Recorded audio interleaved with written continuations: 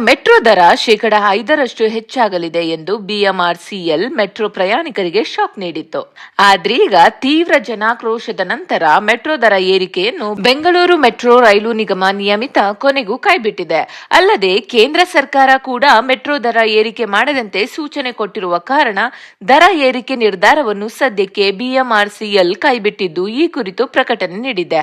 ಹಾಗಿದ್ರೆ ಮಾಧ್ಯಮ ಪ್ರಕಟಣೆಯಲ್ಲಿ ಏನಿದೆ ಅನ್ನೋದನ್ನ ನೋಡೋದಾದ್ರೆ, ಬೆಂಗಳೂರು ಮೆಟ್ರೋ ರೈಲು ನಿಗಮ ನಿಯಮಿತ ಬಿಎಂಆರ್ಸಿಎಲ್ ತಿಳಿಸುವುದೇನೆಂದರೆ, ದಿನಾಂಕ 5ನೇ ಫೆಬ್ರವರಿ 2026ರಂದು ಪ್ರಕಟಿಸಿದ ಮಾಧ್ಯಮ ಪ್ರಕಟಣೆಯಲ್ಲಿ ದಿನಾಂಕ 9ನೇ ಫೆಬ್ರವರಿ 2026ರಿಂದ ವಾರ್ಷಿಕ ಸ್ವಯಂಚಾಲಿತ ದರ ಜಾರಿಗೆ ಬರಲಿದೆ ಎಂದು ತಿಳಿಸಲಾಗಿತ್ತು. ಆದರೆ ಈ ನಿರ್ಧಾರವನ್ನು ಮುಂದಿನ ಆದೇಶಗಳ ತನಕ ಸ್ಥಗಿತಗೊಳಿಸಲಾಗಿದೆ.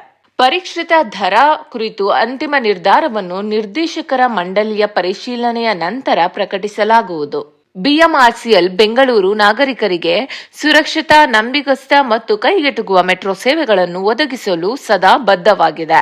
ಸಾರ್ವಜನಿಕ ಸಂಪರ್ಕಾಧಿಕಾರಿ, ಬೆಂಗಳೂರು ಮೆಟ್ರೋ ರೈಲು ನಿಗಮ ನಿಯಮಿತ.